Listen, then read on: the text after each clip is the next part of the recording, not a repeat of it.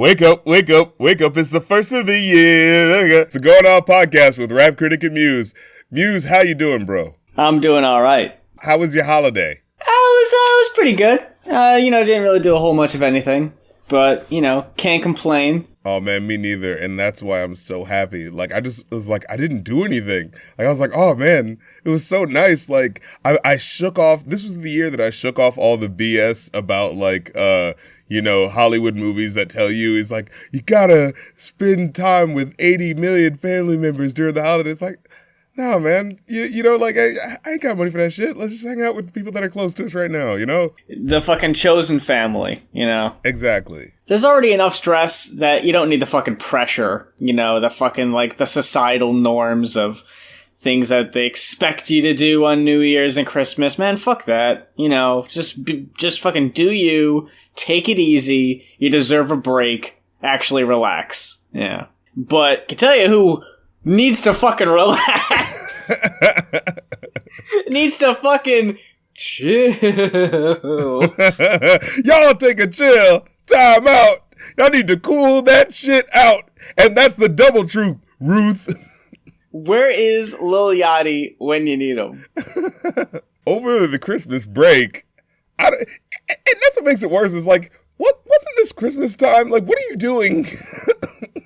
What if your boy just sits around with a fucking gun over his shoulder all year round? Oh my god, it was so just like unnerving. Like it was a cartoon when he just pulled it. Okay, so yeah, who are we talking about? How it all started was Layzie made a YouTube or made an Instagram video where he was like, yo, who's saying who's the best? It's like Migos is saying they're the best. Nah, it's the veterans that are the best. Guys like us are the best. And it's like, doesn't every rapper think they're the best? Like, what? Bragging makes up so much of so many of the fucking rap songs we hear about. Like, I think it's always about fucking money or whatever, but very rarely do rappers ever talk about being the best at rapping? People talk about being the best at rapping. It's just that Who does, though? It doesn't come up that much. Yes, it does. All the time. Does it, though? Rappers are braggadocious in nature. That's what makes it kind of funny that, what's his name, Open Mike Eagle did that one song, Qualifiers, where it's like, we're the best, kind of. It's like, because no one does that. No one ever goes like, well, I'm okay at rapping. Like, that's not the thing you do. So it's just like, why are you even getting mad that a young rapper says that they're the best? Of course they're going to say that. See, I'm sitting here, and I'm racking my brain, because it feels like we hear rappers on the indie circuit who feel like they have something to prove. They're the dudes that'll fucking, brag about being the best at rapping, but I don't really hear that much on the radio, honestly. Well, if you're saying specifically Migos do not specifically say that they are the best at rapping. That's true. Or your Post Malones or guys like that. They're not going to say they're the best at rapping. They're just saying, I'm great because I exist. So like you said, it's like, yeah, I've never heard them specifically say we're the best rap group. So that already kind of felt like, okay, where did that come from? All right. And so he's talking about it, and I can't find a link to it. And so all I'm going off of is like, all right, all of a sudden BizzyBone just doesn't like Migos, I guess. And then on top of that, he, makes the video, says who says they're the best? We're the best. And then BizzyBone in his home goes like, y'all stop fucking with me and da-da-da. It's like this weird one-sided fight where I literally haven't seen the Migos say anything. And then for some reason, BizzyBone disses 21 Savage too, who I'm 100% sure has not said he is the best rapper alive. No. Even if he did, you guys said you're the best rap group. He's not a group. So why are you bringing him up in a diss that you released Christmas Day or the day after? It's just like, dude, be with your family, man. Go, have a cup of eggnog, chill. Here's a question, because I didn't listen to much Bone Thugs and Harmony, and I remember you've mentioned them once or twice. Is that something they would do? Fucking say, we're the best rap group? They were huge at one point. They were one of the few rap groups that did the double album thing, when that was a trend. Yeah. Mm-hmm. Fucking Wu-Tang. But yeah, no one has ever been like, top 10 best rapper alive, and if LazyBone isn't in there, we're gonna start a riot. Like, no.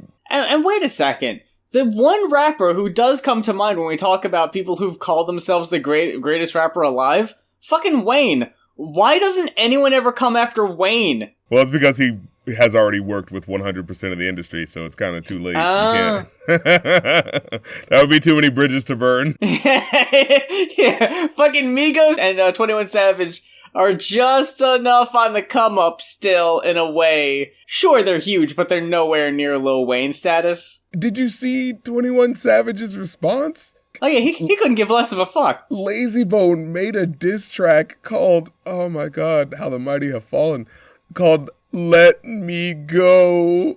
No, man, not like this. But here's the thing. Like I said, like, it's so funny to me because isn't the stereotype usually that the young ones are the upstarts and they're raising hell and they're starting all the shit, and the older ones are like, calm down, young man, you need to... Yeah, because this does remind me of the Ice-T Soulja Boy beef from a decade ago now, where Soulja Boy was trying to flex because he was on the come up and he was making waves, and Ice-T was at that point just basically an actor who really hadn't been releasing music for a while at that point. He made a diss track, like he was at the introduction of a mixtape. He said like, yeah, this is real hip hop. Ain't no bullshit, Soulja Boy. Fucking, you know, I think he said like Hurricane Chris or something like that. Like, he mainly said Hurricane Chris, but he also mentioned Soulja Boy. He was coming after rappers with beads in their hair. Yeah. And it's just I remember that shit. That's right. Okay. Ice-T, don't you also do the beads in your hair? I mean, what?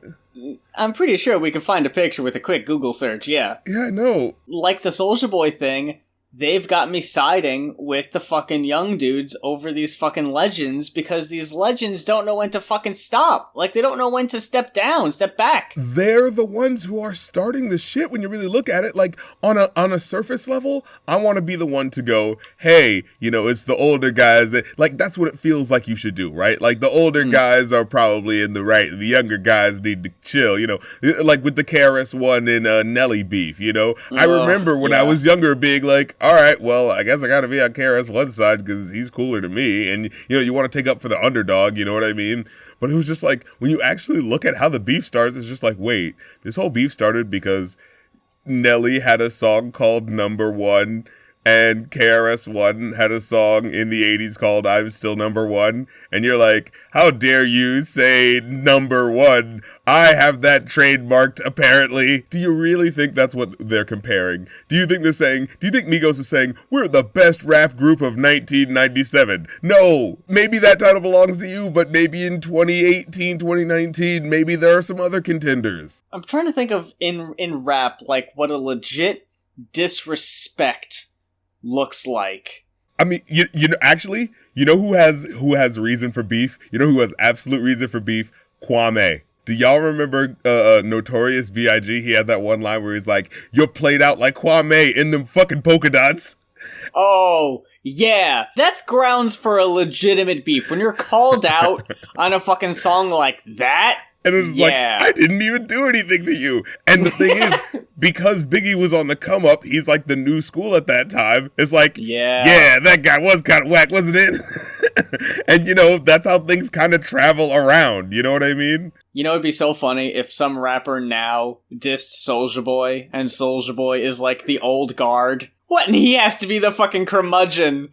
Fucking get off my lawn with my video game console. Waka Flocka Flame, who was like, y'all motherfuckers need to respect the legends. I was like, Waka, weren't you the guy they were just complaining about? Like, what type of whiplash shit was this? I'm telling you, rap is such a young genre that it's like dog years, where like a month is like a year. That Boondocks episode where they made a joke about the turnover for like rappers. Thugnificent makes he's shouting out people who's like, I want to shout out Google the Bone Mouth, this dude, that dude. And you know, DJ Vlad's like, what do you think about Sergeant Gutter? And he's like, man, fuck Sergeant Gutter, that nigga eat a dick. And he starts going up and everyone's like, oh, he's like, oh, wind up, whoa, hold on, let me get this straight. You know, and he's like, and he just starts going in on him. And in the episode, like, the whole joke is, like, I think it was, like, the first season when Thugnificent was the new rapper. And now it's, like, not even the second, third season. And already he's the old news. And literally DJ Vlad goes like, so what was it like for you, you know, making hip-hop back in those old days that were, again, to reiterate, so long ago? And, you know, Thugnificent was like, I mean, my mixtape only came out, like, 4 years ago. It's true though, for real.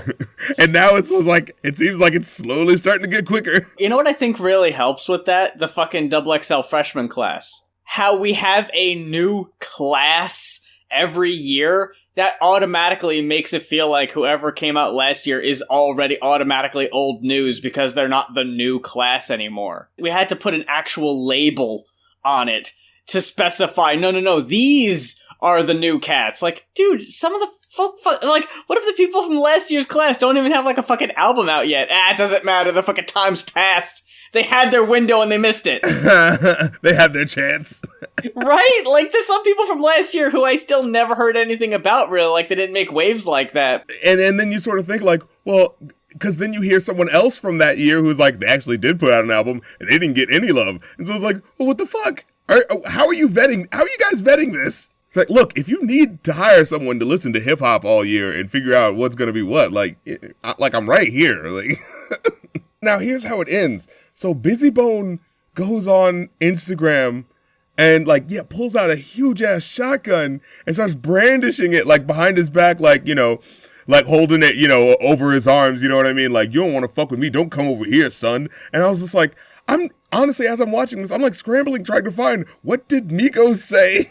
Because this whole time I'm like, I don't know what they did. I don't think they did anything. Fucking Offset's too busy with take me back publicity stunts. Right. I don't know what the hell the other dudes are doing. But yeah, I didn't hear them fucking chiming on this shit at all. They're like on the sidelines just minding their own business. The last video, which was the funniest, of like BizzyBone going like, yeah, that's right. I sure did show them live on Instagram. It sure was a good idea to brandish a weapon and threaten someone's life live on the internet.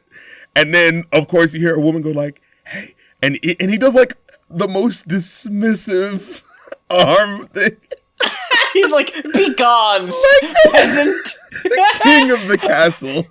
I'm busy making my Instagram live video. This is important business. Your shit can wait. I do not wish to avail myself to your audience. He about turned his nose up. Like, he's so cartoony.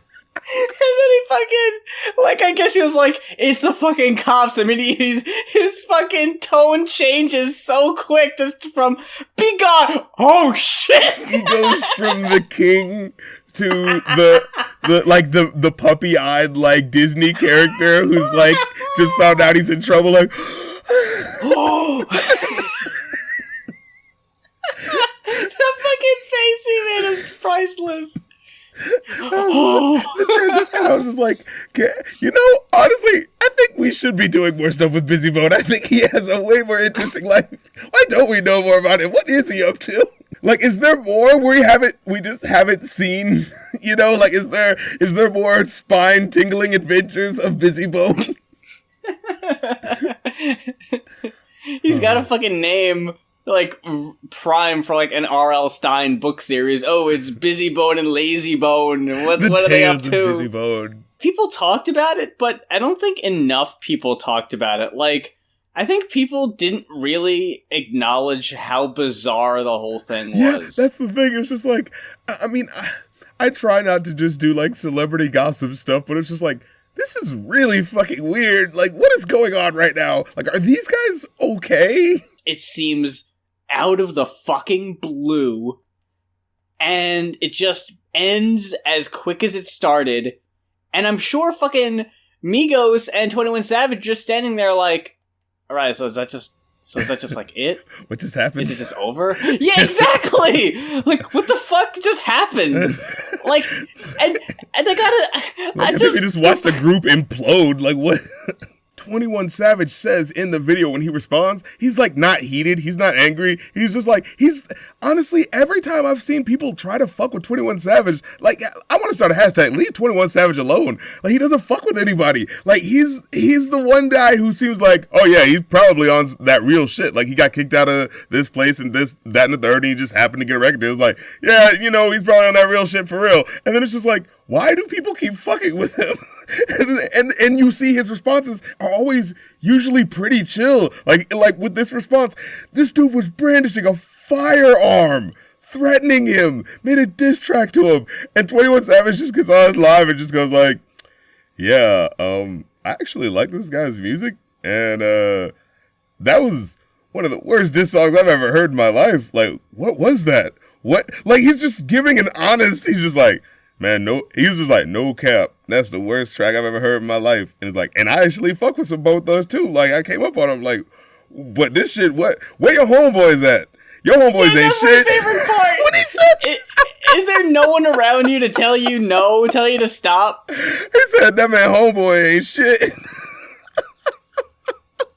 Isn't that exactly what we were saying, that, like, Drake doesn't have real friends? Because Right. he has no one around him to tell him, like, dude, stop. What the fuck Stop are you confessing doing? everything about your life. 21 Savage just being just real chill, just like, dude, what does this even have to do with me?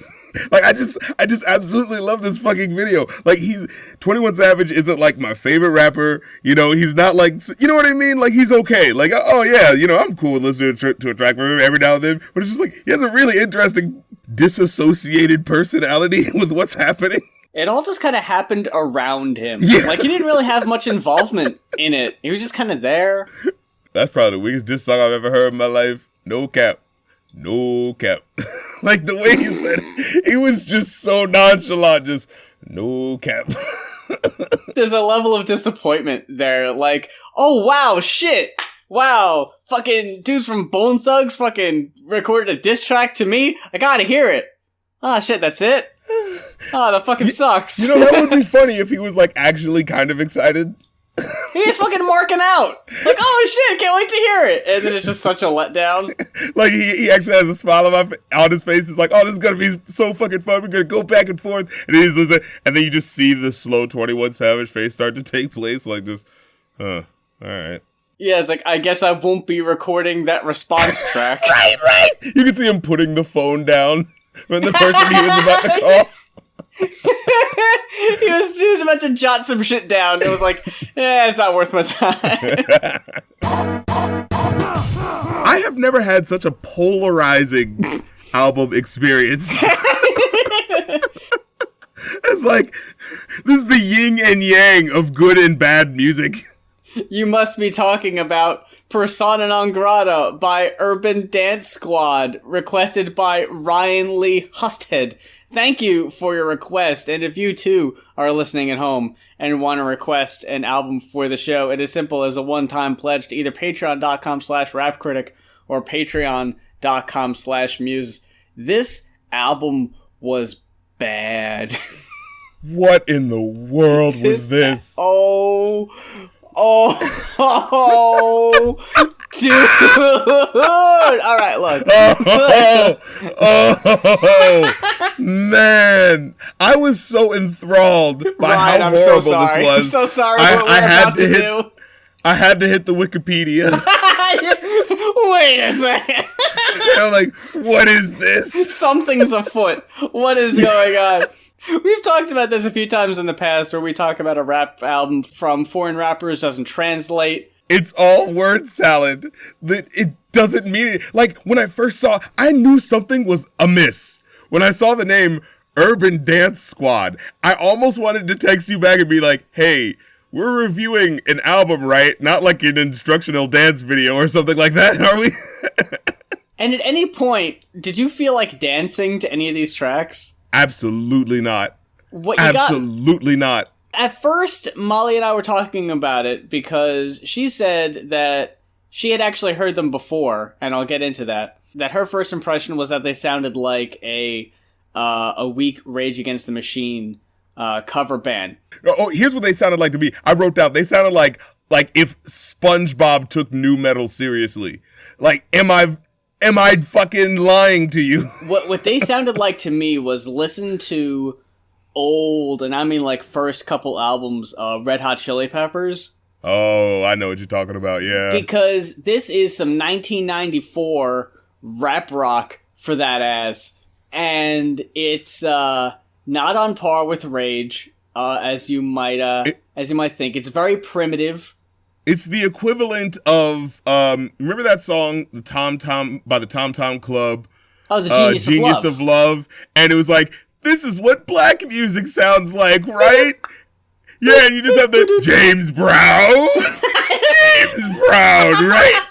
Black music, and so it's just like, yeah, this is what rap rock sounds like, right? And look, for fucking perspective, and I understand this is a Dutch rap rock group, so there is that. But they're speaking English the whole time. Rage Against the Machine's self-titled album came out in 1992. This is 2 years later, and it sounds like this. That's unexcusable, my dude. As you said before, word salad is a very, very appropriate description. There's the first couple of seconds when you're listening, and you're just like, your brain's just going like, is this a dream? Am I, like, going crazy? Like, what's happening in this music right now? It's like, you start to think, like, it's a disassociative type of experience. Like, you're legit like, I know I understand English. Why does this not make sense? You know? And then you're just like, and then you say, wait, no, like, it's the first moment where you're like, there must be something wrong with me, you know? And then you're like, wait a minute, this isn't my fault at all. This just sucks. The first line of the first song, I kick the lyrics so hard, people get injuries. It's only downhill from there. That's the thing. That's the best line. That's the best line. I was so baffled by what was happening. I was like, what is this? Who You're just angry. I demand answers. So I find out that, like, yeah, they had another hit song. They were kind of a part of that wave of, like, D-Lovely, you know, the sort of like, ooh, 90s mashup, sort of like playing with different styles and stuff like that. And they had their biggest hit, you might know it, called Deeper Shade of Soul. I listened to that and I was like, wow, this sounds exactly like the same sort of style they do, which is like, except transplanted onto a happy, shiny, early 90s song. So do they just do this? They just take people's styles and then just like say gibberish over it? And so it's like, and it made sense why that was their biggest hit, because that's what sounds the most 90s and sunshine poppy without like, because the second you get beyond what they sound like, you have to deal with what they are actually saying. And it's nothing. It's just fucking nothing. And it's annoyingly nothing. The first song is called Demagogue, and it has nothing to do with demagoguery. But the chorus is just, here comes the demagogue, the funky demagogue. And it's like, the funky demagogue? Like... A fucking demagogue plays on, like, hatred and stuff like that. Like, it's like they're finding words that aren't necessarily opposites, but just, like, words that you would just be confused by them being next to each other. You know? Like, they're not weird enough to be, like, drastically like, ooh, is there some sort of imagery going on here? They're just... this is what I wrote down after a while. I was like, it's like they're from an alternate alien universe that's trying to imitate like my favorite music in order to hypnotize me. Like, that's what this sounds. This sounds like something from like it sounds like a Twilight Zone episode, but like the aliens fucked up and like the song is going wrong, and I'm obviously hearing it, but because they're aliens, they don't know that it doesn't sound right. You know? Yeah. And you know what's funny to me is that despite being Dutch, they still make like pop culture references that Americans would get. Like, there's a line in the first song, I flow fat on the tracks like kid called Fat Joe. So it's like, alright, well, that wording is very awkward, but okay, I see what you're doing there. But I will, however, give him points for making a Kurt Cobain reference and having it not be about his death. the line, watch me bloom like a Kurt Cobain. It's like, oh shit. Actually referencing a Nirvana song and not just making the joke about the suicide. Other lines that I have highlighted from the first track. MC's cup ear, better hear some authority. Lyrical Gestapo introducing the majority. That's an example, by the way, of what you get on most of the songs. It's just words that sound alike, but it doesn't really make sense. And an example of something not translating. You want to see a joke? Check a look-alike. Which I'm gonna guess they meant like a mirror? Or no, I think you meant check someone who's imitating us. Oh, I thought it was like a, you want to see a joke, look in a mirror type joke. But it doesn't really work. I like how both of us have our own interpretation of that shitty line. Yeah, the delivery of the words doesn't work. I myself think it means this. We have a whole fucking debate on the lyrics of Demagogue. Now the second track though, Good Grief, is, I'm gonna go ahead and put it in the category of quintessential 90s because, my friend, it has the distinguished honor of having been featured in the movie Hackers. Ooh. Not only is the song on the soundtrack, my guy, they actually go to a club and Urban Dance Squad is performing! Oh my god. I thought you were just gonna say the song plays. But when you said performing. They are on stage, jumping around, doing the fucking Red Hot Chili Peppers bit. You know, I will say though, full band instrumentation, like, I gotta give them credit that they're like, you know, playing their own shit. But like, it's not any good. The music is passable if you have a low standard of quality of like, what rap rock should sound like. Like, if you've ever heard a Rage album, this isn't gonna cut the mustard. I welcome you to my jungle like my name was Guns N' Roses. How do you do, fellow 90s people? I blast the sound. You check the sound. You gots to be down and be like Charlie Brown saying, good grief. Stop. Fucking stop. What else is there to say? Like, oh, there's plenty. I took notes on every song. Really? I couldn't do it. Like, I went through it the first time, and I was just like, huh, what the hell? And then the second time, I was just like, Like, I got to, like, maybe song number 5, like, I can't do it. This is bad. What is that? And could you find the lyrics? I found what were partial lyrics on Genius, but... That's exactly it. I was like, this is not worth writing down the fucking lyrics to. I'm just gonna guess at half this shit. Exactly. Like, this isn't worth rewinding to find, like, I need to hear this 5 more times. Because that's what I have to fucking do. If the lyrics are just out there, you can copy, paste, and put them in. But no, if I have to listen to this shit, I'm fucking sorry. This is absolutely fucking abhorrent. This is shit. What's funny is the first 2 songs have the highest ratings of the songs on the album, because it does just get worse. Alienated is like slowed down and thus even more boring. Candy Stripe Experience has this weird, or Candy Strip Experience? That was that was one of the ones that I had highlighted. Yeah. It starts with like these fuck up false starts. I don't know what the point of that is. It's at this point where the lead vocalist's high-pitched voice officially got on my fucking nerves, and I had fucking had it. I got a best, man. I got a best. Got a best, man. Got a best. And then just, thank you, man, for minutes. Come on. Self-sufficient snake. Almost 6 minutes long, mind you. Dull-ass repetitive riffs. I just wrote, fuck this so hard, gave up halfway through. Some chit-chat So incredibly dull and pointless. Feels like it's just going through the motions at this point. Burnt Up Cigarette. I actually liked the beat on that one, and I thought the flow was better than on most of the tracks. Pointless F-bomb thrown in there for no reason. Not even, oh, we're talking about cigarettes.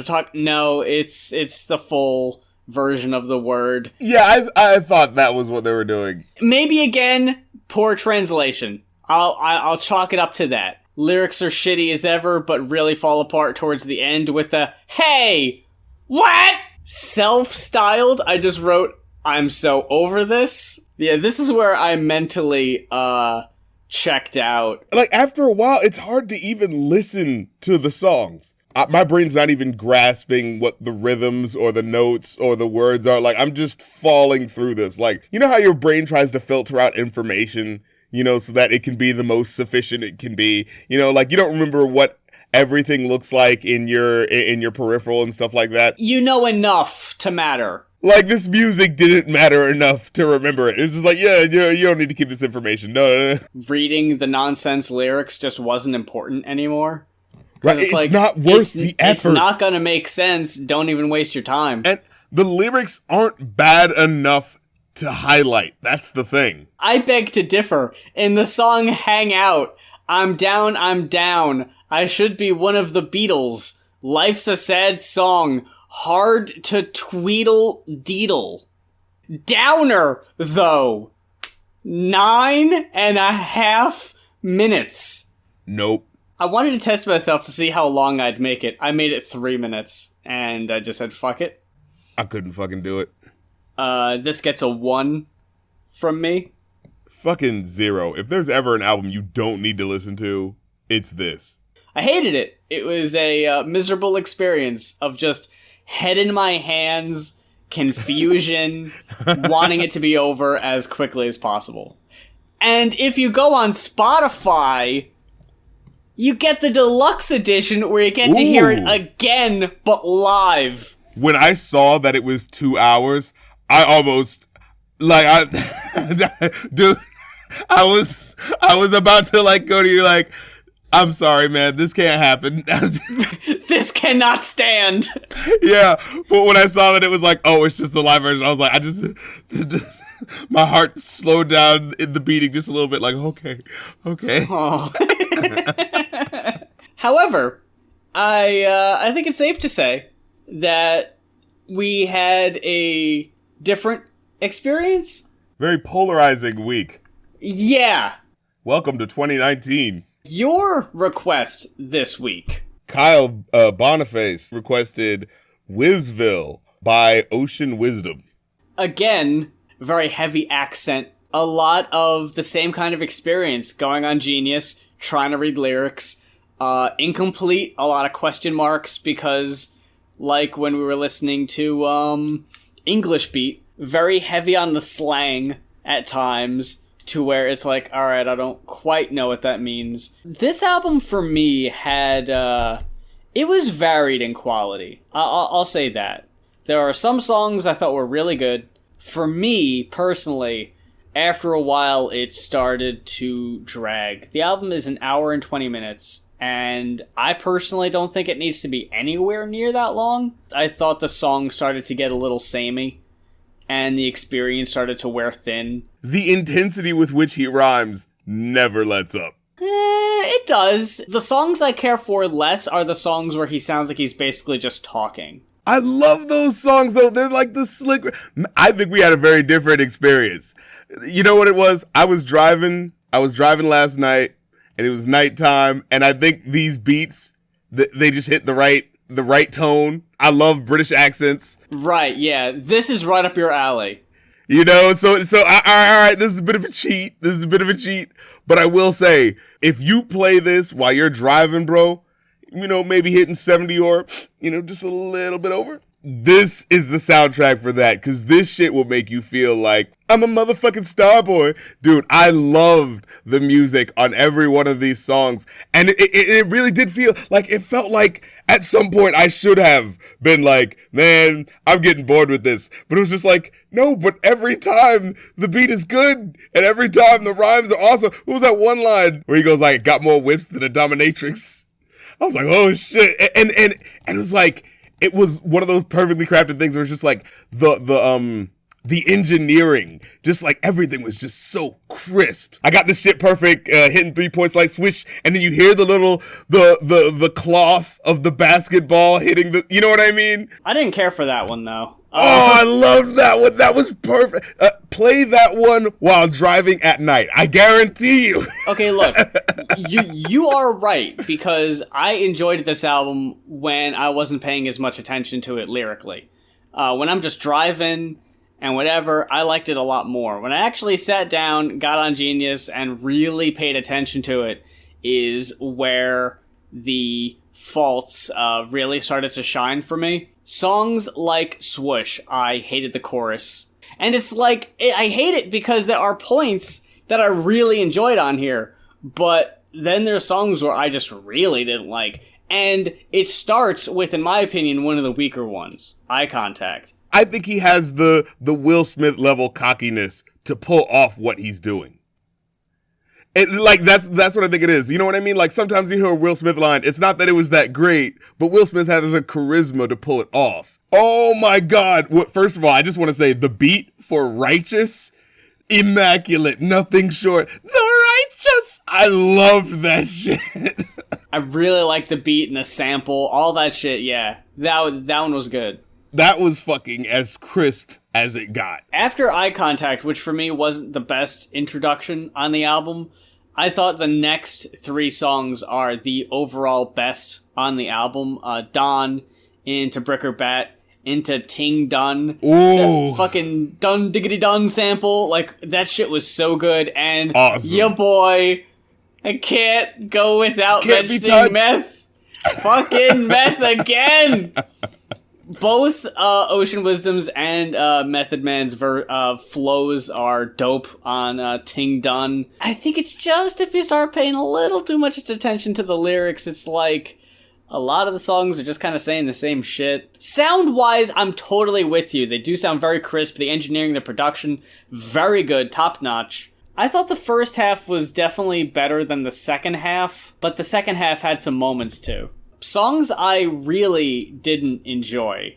Actually, there was just one that I thought was the absolute weakest. I was just annoyed listening to it. Was track 15. By the way, there's 21 songs on this album. Less is more. You could have kept that shit. You know what? I'll definitely give you that one. That shit was annoying.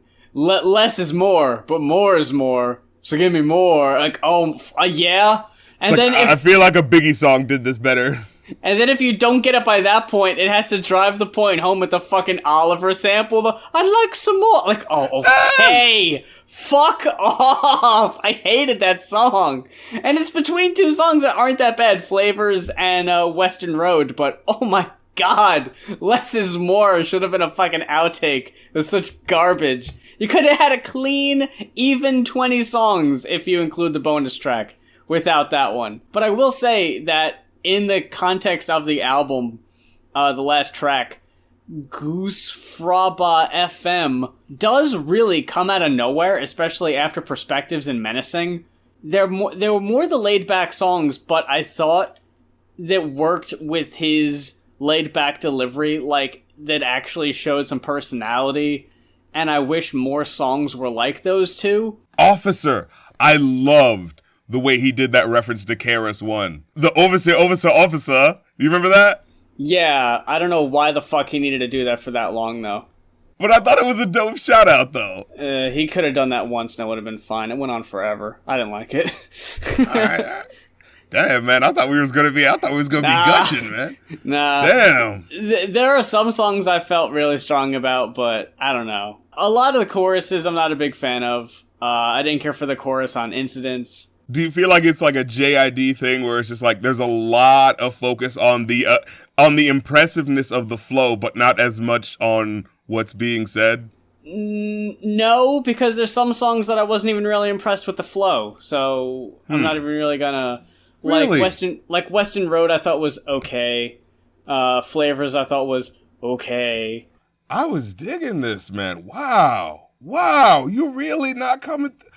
You know, maybe it was the juxtaposition with the other album we were listening to. I don't know about And it was just like the breath of fresh air that I needed. Like, wait, oh my God, these words are in a sequence that actually form a phrase that makes sense. Oh my God. Your fucking standards were lowered so much. No, I'm not even saying the album was that bad. Just cutting to the end, I did end up giving it a 3 out of 5. A lot of them just ended up giving like 2.5s because the more I actually paid attention to shit, it's like, man, this flow is really cool. Not really saying anything cool or interesting. And, like, in Debo, the fucking Evo, that whole fucking shit could have went. That took up way too much time. I think that's the main thing, is that there was too much time focused on, like, I thought the speed rapping segments were cool. I thought you know what I think it is? There is a lot of speed rapping, and I think that just to you is just not your cup of tea. No, see, I thought he handled the speed rapping better than people we've listened to in the past. Okay. I don't even really have an issue with the speed rapping parts. It's more the slow down parts where I'm actually just listening and it's like, there were so many songs about the same damn thing. It is a Wu-Tang like album where it's like, this is just about how good, the skill, And sometimes that fucking comes across and sometimes it doesn't.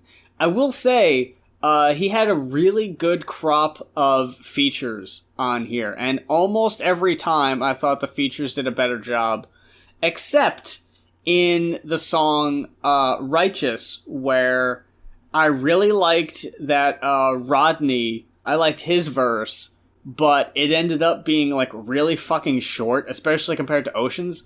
And then he has another guy in there, Roots, who just... Roots Maneuver, yeah. In my opinion, just killed the momentum in flow and quality. And I just wish they would have given Rodney 2 verses, because I thought he was so much better. I recognize his name from the second Gorillaz album, Demon Days. And he was whack on that song, too. Oh, no. What a track record. Let me quote one of his lyrics. Because I remember even as a kid being like, okay, I know Gorillaz is usually pretty abstract, but this doesn't make any sense. This is some Urban Dance Squad level. I don't know what the fuck's going on. I didn't even know.